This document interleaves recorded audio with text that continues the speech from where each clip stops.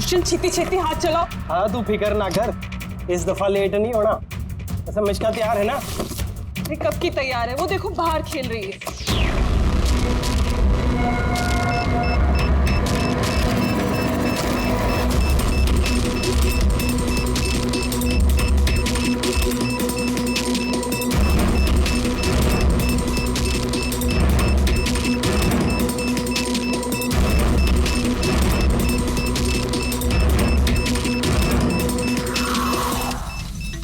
वाकई में इस बार का धमाका ऐसा होगा जिसकी गूंज सदियों तक याद रखी जाएगी। हम सही सलामत निकल तो जाएंगे ना यहाँ से? अरे 100%। वैसे भी हम पे किसी का शक नहीं है, और जब तक हम यहाँ से निकलेंगे तब तक तो इस घर का और यहाँ का नामो निशान मिटा चुके होंगे।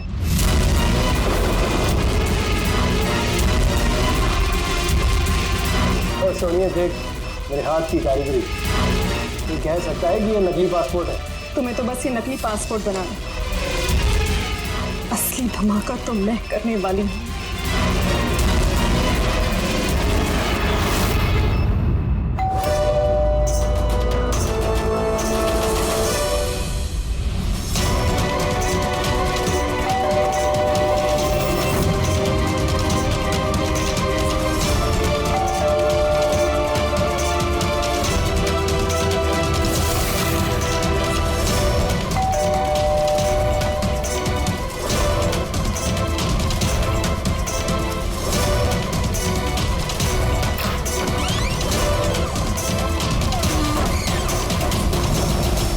सर ये कुरियर आपके लिए।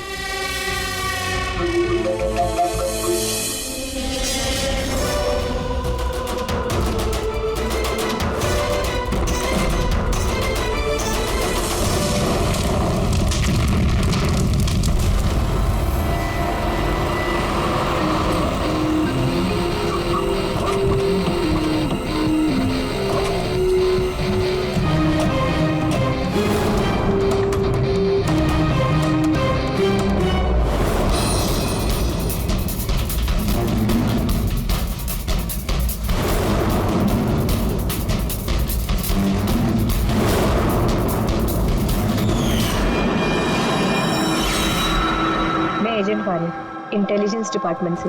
मैंने ही आपको फोन किया था। थैंक गॉड आप लोग आ गए। सब मेरे पास ज्यादा टाइम नहीं है। हमारे 2 जासूस मोनिका और दुष्यंत सिलेंडर फटने की वजह से मारे जा चुके हैं, और ये कोई हादसा नहीं है सब, ये एक साजिश है। बस अब ये मोनिका की भतीजी मिश्का ही बची है, और सर इसकी भी जान खतरे में है। आपको कैसे मालूम पड़ा ब्लास्ट के बारे में? सर दुष्यंत ने मिश्का को बोला था कि अगर कोई भी प्रॉब्लम हो या उन दोनों को कुछ हो जाए तो वो मुझे फोन करके बुला ले, और जैसे ही मुझे मिश्का का फोन आया मैं तुरंत यहाँ पे आ गई। बच्ची को तुम अपने इंटेलिजेंस डिपार्टमेंट में क्यों नहीं रख लिया? और तुम्हारा ये ऑपरेशन, उसका हेड कौन है? सब हमारे हेड खुद लापता है, पता नहीं वो जिंदा है भी कि नहीं। जरूर हमारे ही विंग में कोई गद्दार है जिसकी वजह से ऑपरेशन फेल हो गया। कहीं वो गद्दार तुम ही तो नहीं? अरे यहाँ पे बोली बनने का नाटक कर रही हो।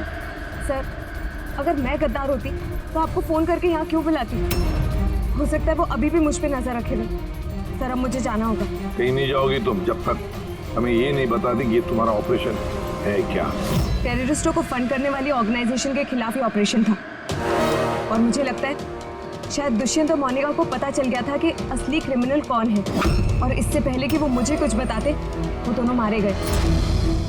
सर ये मोनिका और दुष्यंत है। ठीक है, बच्ची को हमारे पास छोड़ दो। लेकिन अगर हमें तुमसे कांटेक्ट करना हो तो कैसे करेंगे? सर ये गेस्ट हाउस का नंबर है, आपको जब मुझसे बात करनी हो आप बस इतना बोल दीजिएगा कि बसंती से बात करा दीजिए, वो मुझे ही फोन देंगे। ठीक है।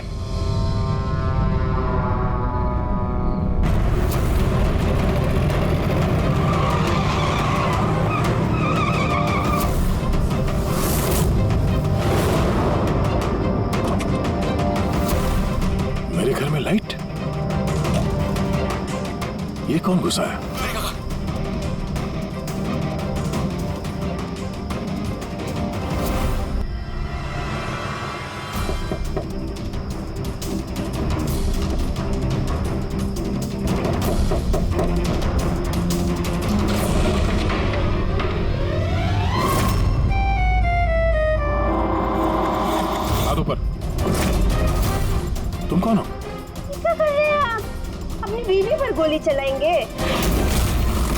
क्या?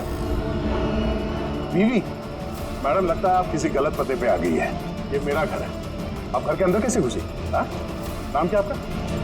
रजनी कुमारी, मिसेज रजनी दया कुमारी। 3 महीने पहले आप ही हमसे ब्याह किए थे वंतूर में, अभी भाग गए, वहाँ से रफू चक्कर हो गए। वंतूर में? तो कहाँ हम झूठ बोलेंगे? हम जैसी शरीफ अच्छे परिवार की लड़की ऐसे किसी पराये मर्द को अपना पति बोलेगी का? क्या कह रहे हैं आप? आपको ही नहीं वो हमको पता दिया था और अपने फोन नंबर भी दिए थे। मैंने दिया था। तो दिमाग खराब है तुम्हारा? शायद तुम जानती नहीं हो कि मैं एक सीआईडी ऑफिसर हूँ। क्या बात है दया, तुम अपनी बीवी पर क्यों चिल्ला रहे हो? अरे सुधांटी ये मेरी बीवी नहीं है। देखो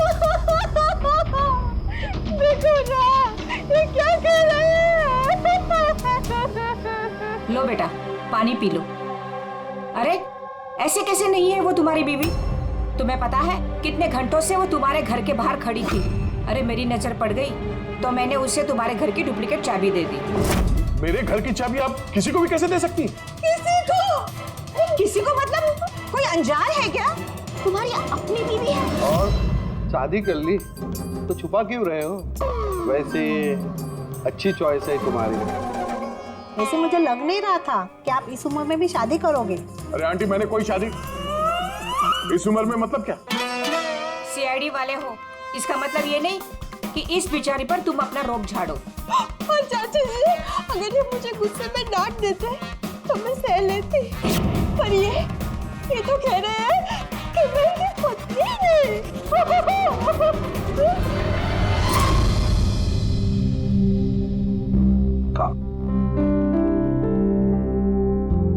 शाबाश, गुड गर्ल। बेटा तुम खाओ, हाँ मैं फोन लेता हूँ। आदे चल, मैं एक अजीब सिचुएशन में फंसा हूं सर, आपसे मिलना चाहता हूँ।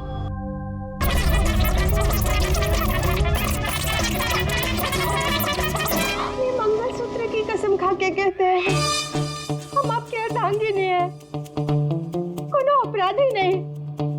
आप हमें यहाँ क्यों लेके आए हैं? धर्मपत्नी, बीवी, घरवाली, अर्धांगिनी, बस यार ये शब्द सुन सुन के मेरे कान पक गए।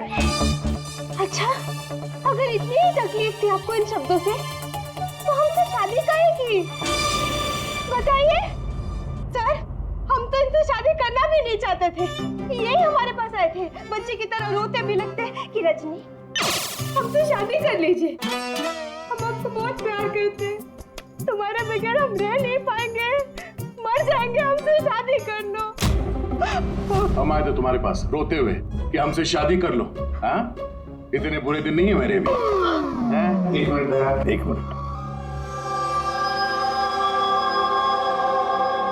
रजनी नाम है तुम्हारा, है ना? तुम्हारे पास सबूत है? कोई सबूत शादी का दया के साथ? वंतूर के वो पंडित जिन्होंने हमारा ब्याह करवाया था, और ये फोटो सर, ये फोटो भी क्या झूठे हैं? सर, अगर इनके दिल का प्यार हमारे गांव की तालाब की तरह भले ही सूख गया हो, तो इन्हें कह दीजिए कि ये हमको डिवोर्स दे दे, पर ये ना कहे कि हमारी शादी ही नहीं हुई थी। डिवोर्स? जब शादी नहीं हुई तो एक काम करो, वंतूर गांव में फोन लगाओ, वहां पर तुम्हारे पहचान वाले लोग हैं, उन सबसे बात करते हैं। स्पीकर फोन ऑन करो, और हाँ, खास करके उस परिवार के साथ जहां पर तुम लोग ठहरे हुए थे। करिए सर, करिए। वो सब आए थे हमारे ब्याह में, हलवा पूरी भी खा के गए थे। हलवा पूरी? हाँ।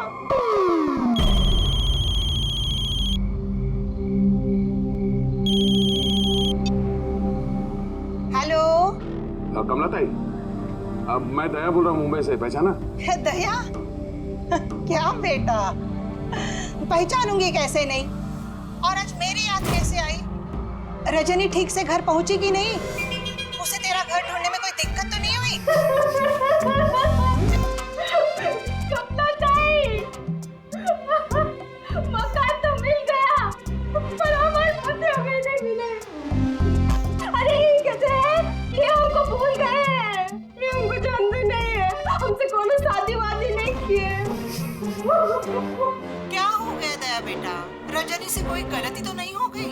छिड़े बोल रहे हैं दया। बंद करो।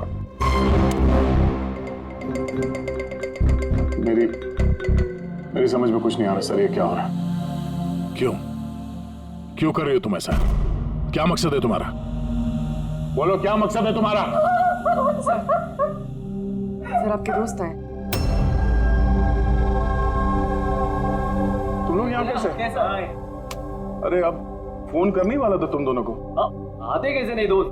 रजनी भाभी ने फोन किया था, इसलिए तुरंत आ गया। मगर हुआ क्या? भाभी आप रो क्यों रहे हो? और ब्यूरो में क्यों हैं? सच बता, क्या किया तेरे भाभी के साथ? क्यों रो रही है भाभी? अरे कैसी भाभी, किसकी भाभी? तुम दोनों का दिमाग खराब है क्या? हम लोग वंतूर गए थे 5 दिन के लिए, वहां पे ट्रैकिंग की हमने, शिरदे भाव के घर में ठहरे थे, उसके बाद वापस आ गए, बस। और क्या?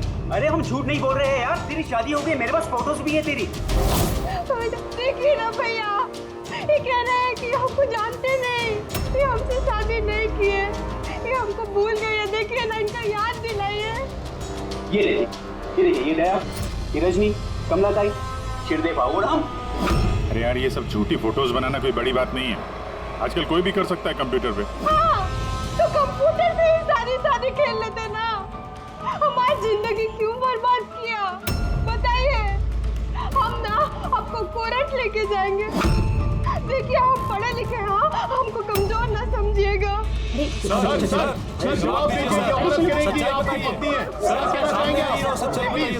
सर जवाब दीजिए, क्या ये बात सच है कि सीनियर इंस्पेक्टर दया अपनी वाइफ के ऊपर अत्याचार कर रहा कमाल है, आप लोग बिना सच जाने कुछ भी बोली जा रहे हैं मेरे बारे में। आप लोगों को क्या लगता है, आप लोग सीआईडी में हैं तो क्या अपनी ताकत का गलत फायदा उठाएंगे? देखिए, हम सीआईडी वाले ना किसी पर अन्याय करते हैं, ना मासूम पर अन्याय होने देते हैं, समझे? ये मीडिया वाले कहाँ से आ गए यार? पता नहीं यार, लगता है पड़ोसी ने फोन किया होगा। नमस्ते। नमस्ते। मैं सामंत, समाज सेवक। मेरे होते हुए इस देश की नारी को कभी भी कुछ भी नहीं हो सकता। सर, मैं हूँ दामिनी, महिलाओं के हक की लड़ाई के लिए मैं एक एनजीओ चलाती हूँ। इस बच्चे को हम उसका हक जरूर दिलवाएंगे सर। Yes sir.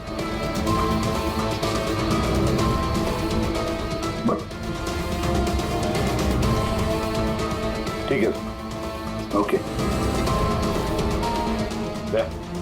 सर रुकिए सर, जवाब देके जाइए। सर, रजनी जी, क्या दया ने आपके ऊपर हाथ नहीं उठाया? बताइए, क्या आपसे दहेज की मांग की गई? बस एक जिद्दी है, हमको हमारा पति दिला दीजिए, हमको हमारा दया दिला दीजिए। यह मामला आगे बढ़ चुका है, तुम्हें इस रजनी को अपने घर में अपने साथ रखना होगा। नहीं सुनो, हेड ऑफिस की नोटिस है कि सिर्फ रजनी नहीं, उसके साथ ये जो लेडी सोशल वर्कर है ना, दामिनी मैडम, वो भी तुम्हारे साथ रहेगी, ये देखने के लिए कि दया रजनी के साथ कोई बदसलूकी नहीं कर रहा है। सर, मुझे अपने ही घर में इन नमूनों के साथ रहना पड़ेगा? रहना पड़ेगा दया, जब तक इस रजनी की असलियत पता नहीं चलती तुम्हें रहना पड़ेगा। अब तो सर ये सब एक बुरे सपने जैसे लगने लगा है। ऐसा लगता है कि आस पड़ोस के देशों से भी लोग यहाँ पे आएंगे ये साबित करने के लिए कि ये रजनी मेरी बीवी है। दया, ये जसवंत और मोनिका का खून और फिर ये रजनी तुम्हारी बीवी बनकर तुम्हारे घर में जो जबरदस्ती घुसी है, गड़बड़ है दया, ये बहुत बड़ी गड़बड़ है, ये कोई संजोग हो ही नहीं सकता। और ये कोई बेचारी नहीं है सर, मैंने उसके ऊपर गन तानी थी, उसके चेहरे पे जरा सा भी शिकन या डर नहीं था। सर, ये रजनी भी जरूर कोई मंजे हुई मुजरिम है। जरा वंटूर जाके पता तो लगा ये सारा चक्कर है क्या। और जब भी तुम घर में रहोगे, इस रजनी और दामिनी दोनों के साथ जरा अच्छा बर्ताव करना, तो ये दोनों मिलकर कोई मुसीबत ना खड़ी करते। हाँ सर, अब उसका खेल उसी के साथ खेलूंगा। पूर्वी, जहाँ पर दुष्यंत और मोनिका का खून हुआ, वहां जाकर देखो जरा अच्छी तरह से, देखो कोई ना कोई सबूत तो मिलेगा ही मिलेगा। सर, ये एजेंट वानी भी मुझे ठीक नहीं लगती, मुझे तो इस पे भी शक है।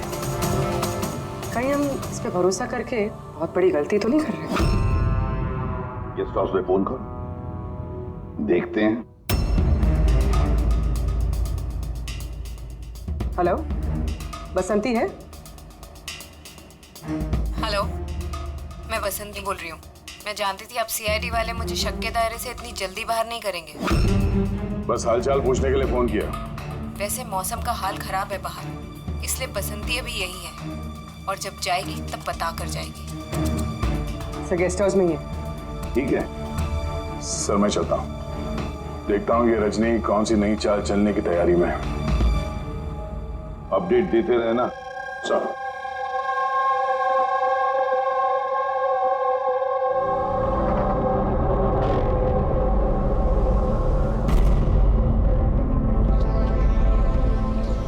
अरे निष्का बेटा, तुम सोई नहीं हो अब तक? भूख लगी है? नहीं कुछ नहीं अंकल। नहीं नहीं नहीं, ऐसे ही कैसे? कुछ तो है ना? बताओ। अंकल वो मम्मी ने कहा है कि अगर मुझे उनकी तरह अच्छी जासूस बनना है तो फिर मुझे हमेशा होशियार रहना चाहिए, सोते हुए भी आँख खुली होनी चाहिए। अरे वाह, ऐसे काम होंगे? तो फिर चलो, तुम्हें एक सवाल पूछता हूँ, सही सही जवाब देना। याद करो, जब तुमने वाणी आंटी को फोन किया था तो उससे पहले क्या हुआ था? मैं बाहर खेल रही थी। खेलते वक्त मेरे कपड़े गंदे हो गए तो फिर मैं अपने कमरे में अपने कपड़े बदलने गई। बदल के मैं वापस खेलने लगी। तब अचानक बहुत तेज आवाज आई। अरे बाप रे! फिर? दुष्यंत अंकल ने कहा था कि अगर ऐसा कभी भी हो तो फिर बाहर वाली दुकान पर जाके वानी आंटी को कॉल कर देना और जब तक वो नहीं आई वहीं पर रुकना। शाबाश बेटा, बिल्कुल सही किया तुमने। जाओ चलो सो जाओ, है ना? अंकल, हाँ? मासी और दुष्यंत अंकल कभी वापस नहीं आएंगे ना?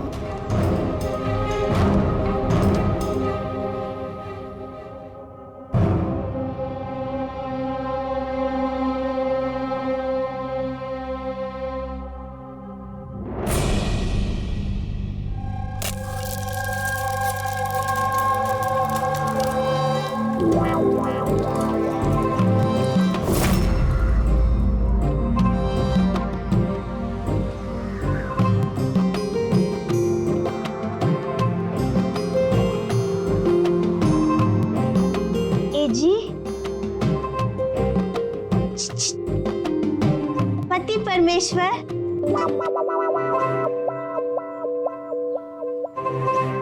ये रहा आपका फेवरेट ऑमलेट। अरे वाह, आपको बड़ा ख्याल है मेरी पसंद का। जी, आप कहे तो अपने हाथों से खिला दे का? नहीं नहीं, उसकी जरूरत नहीं है, मैं खुद ही अपने हाथ से खा लूंगा। अच्छा, तो हमें भी खिला दीजिए ना। बिल्कुल।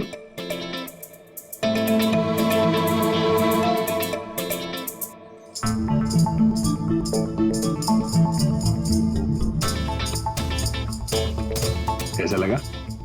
बहुत है।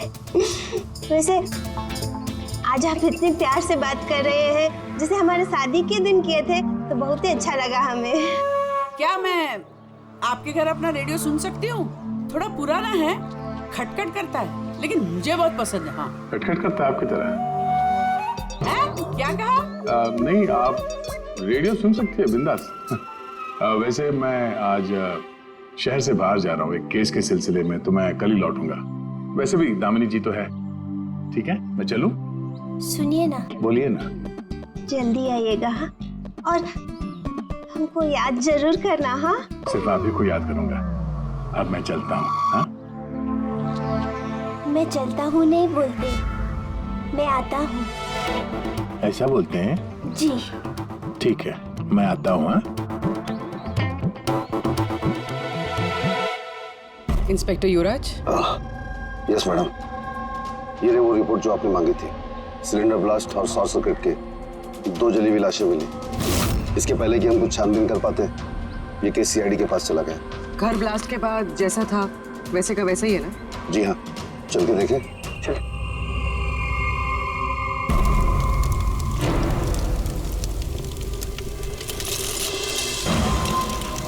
एजेंट वानी को कोई खास इंफॉर्मेशन देना चाहते थे मोनिका और दुष्यंत। अगर इससे पहले वो दे पाते उनकी मौत हो गई। शायद उस इंफॉर्मेशन से जुड़ा कोई सुराग मिल जाए यहाँ पर। देखते हैं।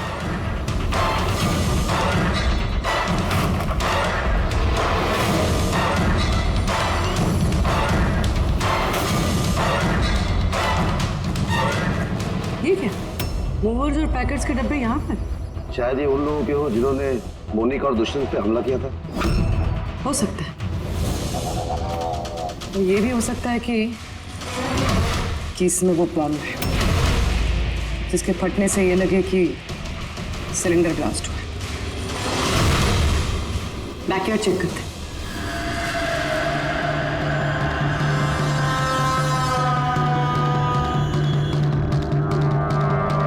यहाँ तो कुछ खास नहीं दिख रहा है। एक मिनट।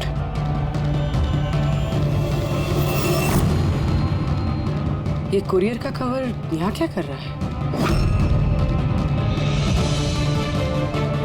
जापानीज में लिखा है, सिर्फ नाम इंग्लिश में है, मारिया फर्न्स। ये मारिया फर्न्स कौन है? मोनिका मारिया फर्न्स के नाम से जानी जाती थी। अब जो भी कोई ये कुरियर लाया होगा उसका जरूर इस मिशन से कोई ना कोई ताल्लुक तो है।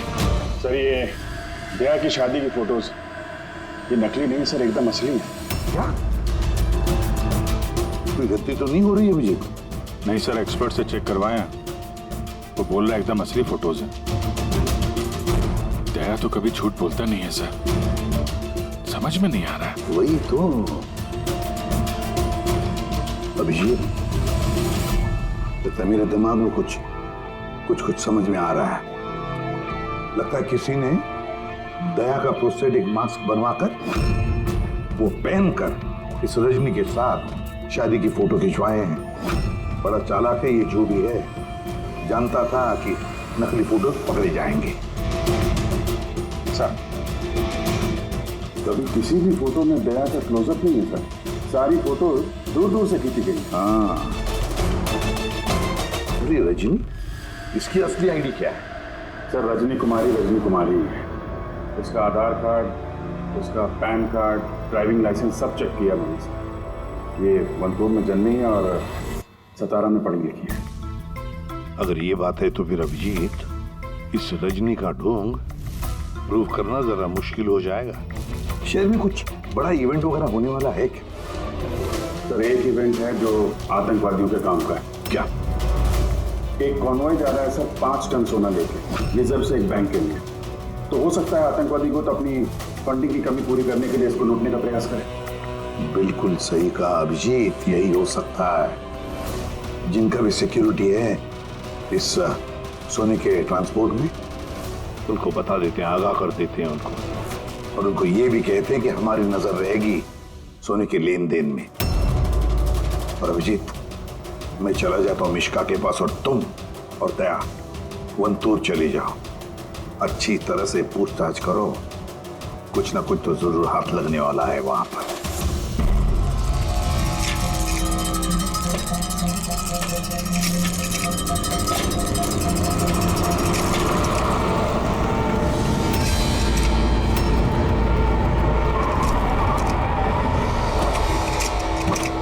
ये है तुम्हारी ससुराल। तुम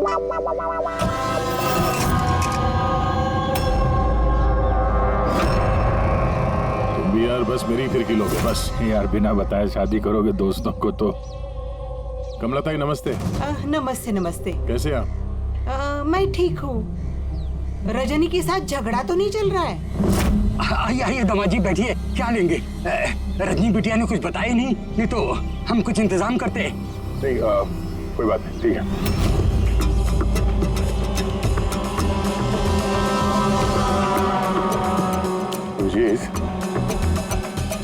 गांव में एकदम सन्नाटा है, बच्चे कहीं दिखाई नहीं दे रहे हैं। पिछली बार तो बहुत चहल पहल थी यहाँ पे।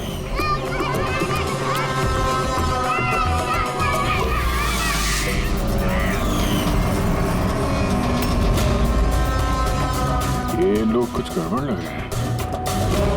ये तो वही रिपोर्टर है ना जो ब्यूरो में आया था।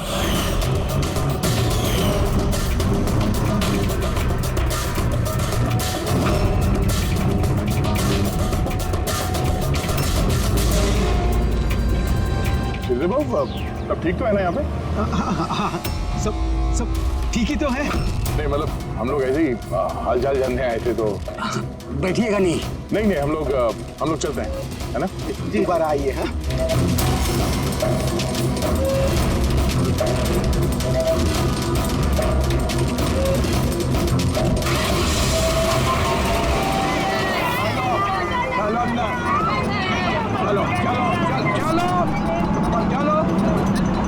चलो चप्पल धमाल।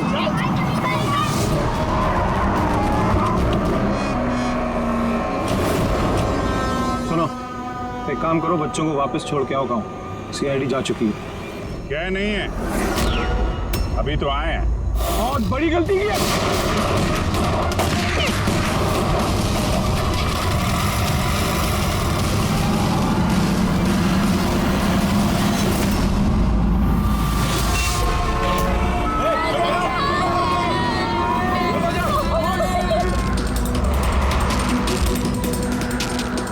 ये क्या सीआईडी ऑफिसर गाड़ी चला रहा है?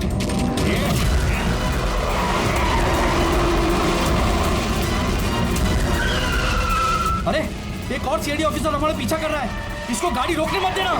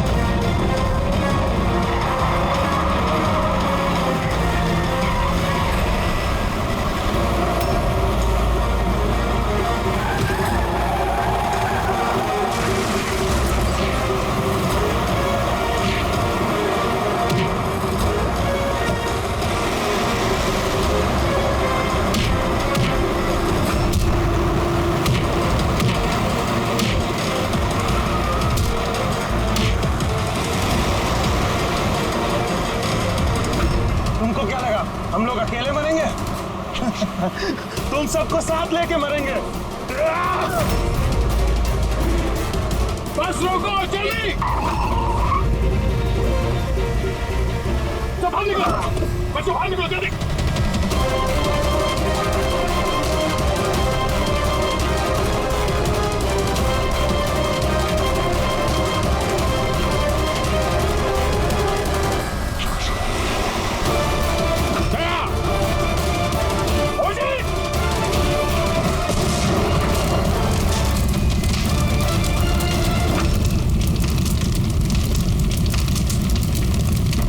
सर यही कुरियर का पैकेट मिला उस क्राइम सीन से। इसमें नाम और एड्रेस इंग्लिश में, तो ये जापानीज में कुछ लिखा है। क्या हो सकता है?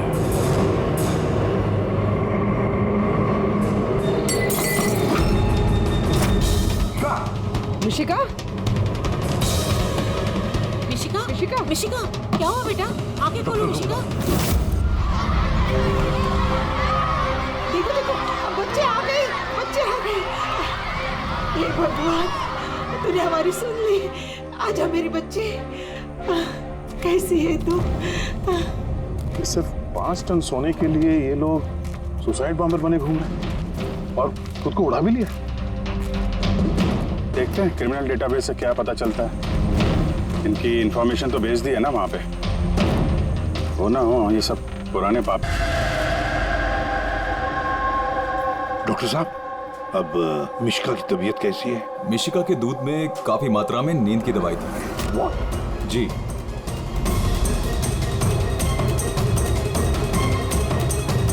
सुना आपने डॉक्टर साहब ने क्या कहा? मिशिका के दूध में नींद की दवाई थी। नींद की दवाई कैसे गई दूध में? किसने मिलाई नींद की दवाई? यही काम करने के लिए रखा है तुम्हें? सर मैं इस बारे में कुछ नहीं जानती, मैंने ऐसा कुछ नहीं किया। जैसा दूध दूध वाला देकर गया था बस वैसा ही मैंने उसे पिलाया। तो शामू ने नींद की दवाई वाला दूध दिया मिशिका के लिए? तो शामू की तबीयत ठीक नहीं थी आज, इसलिए उसने किसी और दूध वाले को भेजा था। और ये आप मुझे अभी बता रही हैं? समझ में नहीं आ रहा।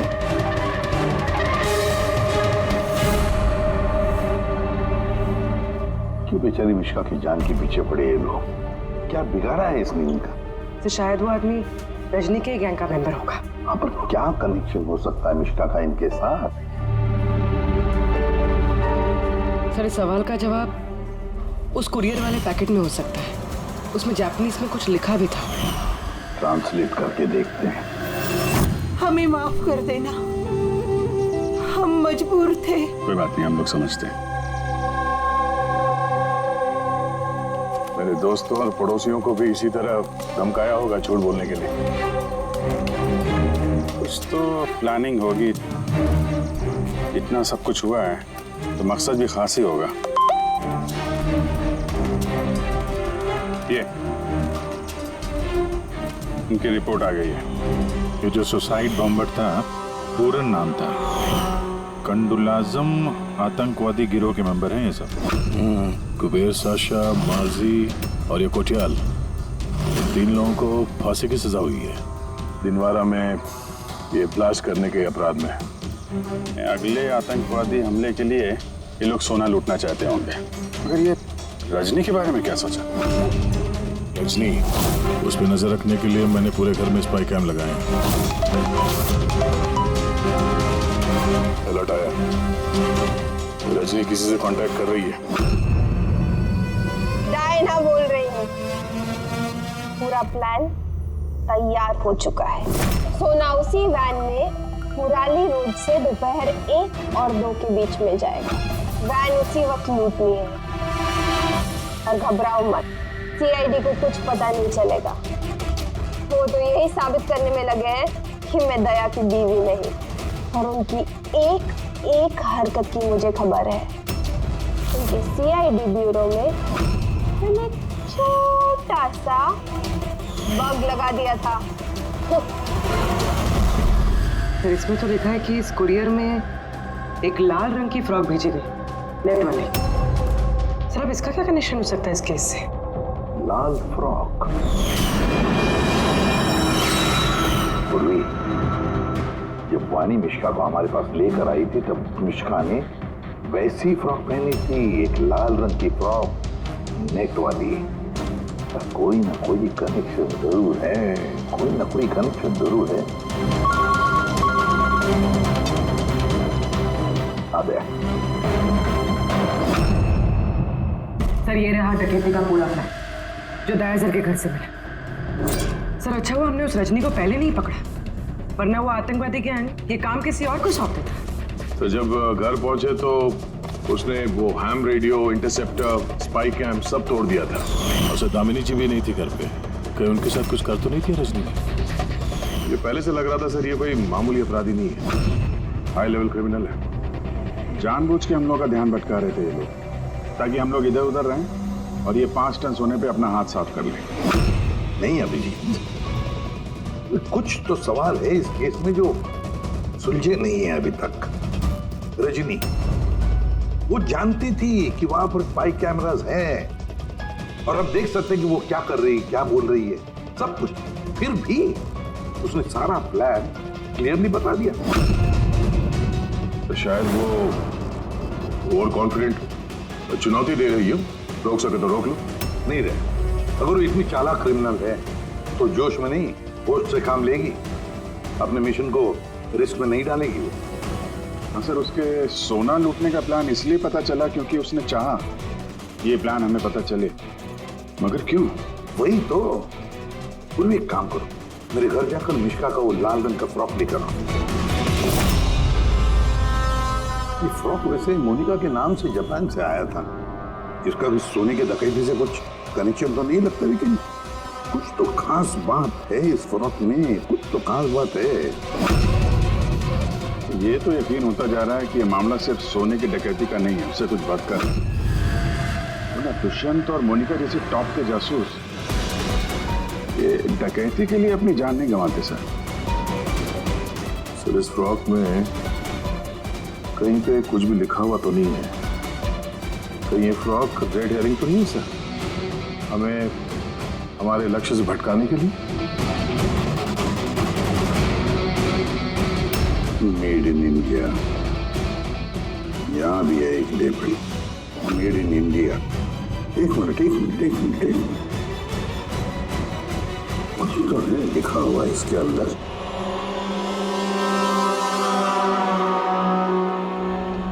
अंदर की तरफ जापानीज में लिखा है और बाहर मेड इन इंडिया।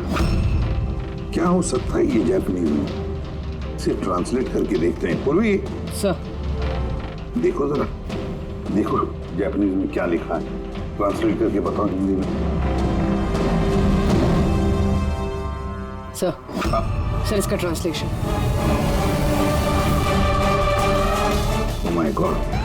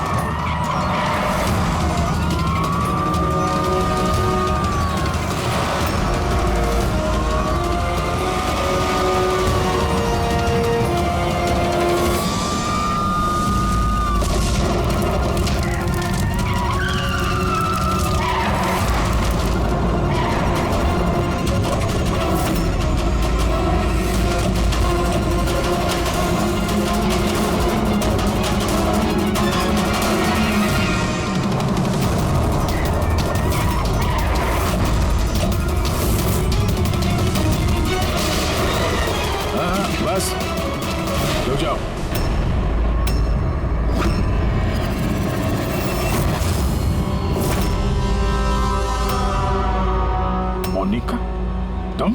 हाँ, एजेंट मोनिका। आतंकवादियों के साथ मिलकर देश के साथ गद्दारी करती थी। क्या करूं एसीपी साहब, पर देखिए ना, कितनी शर्म की बात है, मेरे गोल्ड चुराने वाले प्लान में आप लोग नहीं फंस सके। डायना, मुझे तुमसे इतने खराब काम की उम्मीद नहीं थी। तो क्या दुष्यंत भी? कौन? वो मेरा नकली पति? नहीं नहीं, वो असल में मर चुका है। लास्ट से कुछ मिनट पहले ही मुझे एक कॉल आया और मैं घर से बाहर भाग गई। सबूत वगैरह मिटाने में हम लोगों को बहुत महारत हासिल है। टॉप की एजेंट हूँ। टॉप की एजेंट? गलतफहमी है तुम्हारी। मुजरिम चाहे एक आम आदमी हो या फिर टॉप की भी एजेंट हो, हमसे कभी नहीं छुप सकता, ना कभी छूट सकता है। मिश्का के लाल कलर के फ्रॉक से सोने का दिखावा और आतंकवादियों की आजादी। तो मतलब ये डकैती का प्लान ये सिर्फ दिखावा था? ये लोग आतंकवादियों को आजाद कराना चाहते हैं। और उस फ्रॉक के कारण मैं अपनी जान पे खेल के दया की नकली पत्नी होने का नाटक किया, ताकि मैं देख सकूं कि सीआईडी को मिश्का या वानी से कोई सुराग तो नहीं मिला। पर अफसोस, मैं उतनी कामयाब नहीं हो पाई, नहीं तो ये सब झंझट नहीं होता। झंझट की तो कोई बात अब भी नहीं है। हमें फांसी पे लटकाने चले थे, अब देखो यहाँ से निकलने के बाद मैं तुम लोगों के साथ क्या करता हूँ। करोगे तो तब जब यहाँ से सही सलामत निकलोगे। देवर जी, आप ना बहुत ज्यादा बोलते हैं। चलो वैन के अंदर चलो, चलो। और अगर नहीं चले तो जरा पलट कर देखो पीछे।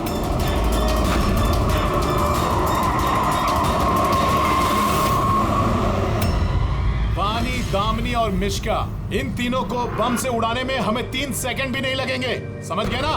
वैन में बैठ जाओ सब लोग, चलो चल दे। अभिजीत, पूर्वी, दे।